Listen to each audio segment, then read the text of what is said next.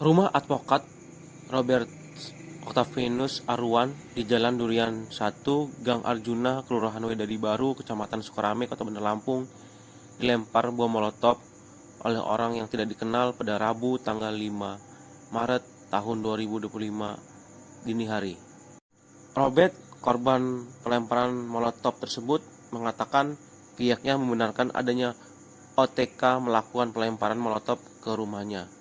Terlihat bekas bom molotov tersebut berserakan di depan rumah dan OTK tersebut terlihat melakukan pelemparan dari rekaman CCTV.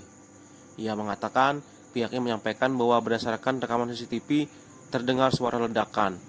Pelaku tersebut datang tanpa mengenakan helm dan menutupi wajahnya dengan masker. Bagian yang terkena lemparan yakni jendela. Diduga pelaku melakukan aksinya seorang diri. Dan beruntungnya pada saat kejadian, hordeng yang berada di dalam rumah tidak terbakar pasca pelemparan bom molotov tersebut. Pihaknya berharap kepada pihak polisian segera mengungkap tindak pidana tersebut. Itu kalau kita lihat ada gambar di CCTV bahwa pelaku itu datang dari arah sana seorang diri dengan kondisi tidak memakai helm, kemudian wajah ditutup oleh masker. Kemudian dia melemparkan bom molotov itu ke dalam. Kejadian itu pukul 00.37 ya, 00.37, tetapi tidak sempat membakar hordeng rumah ya. Dia hanya memecahkan kaca, dan begitu saya dibangunkan oleh sepupu, itu kondisinya ada banyak minyak-minyak dan juga pecahan-pecahan kaca dan botol. Saya sebagai seorang advokat pasti banyak menangani perkara-perkara ya. Tetapi untuk spesifik terhadap siapa itu saya belum berani menyimpulkan. Tapi sepanjang ini apa yang saya jalankan semuanya ya berjalan dengan baik. Tidak ada ke Polsek Sukarame. Tadi pagi juga pihak kepolisian Sukarame sudah datang, Kapolsek itu sudah datang. Dan sekarang saya menjadi resah gitu kan karena adanya kejadian seperti ini.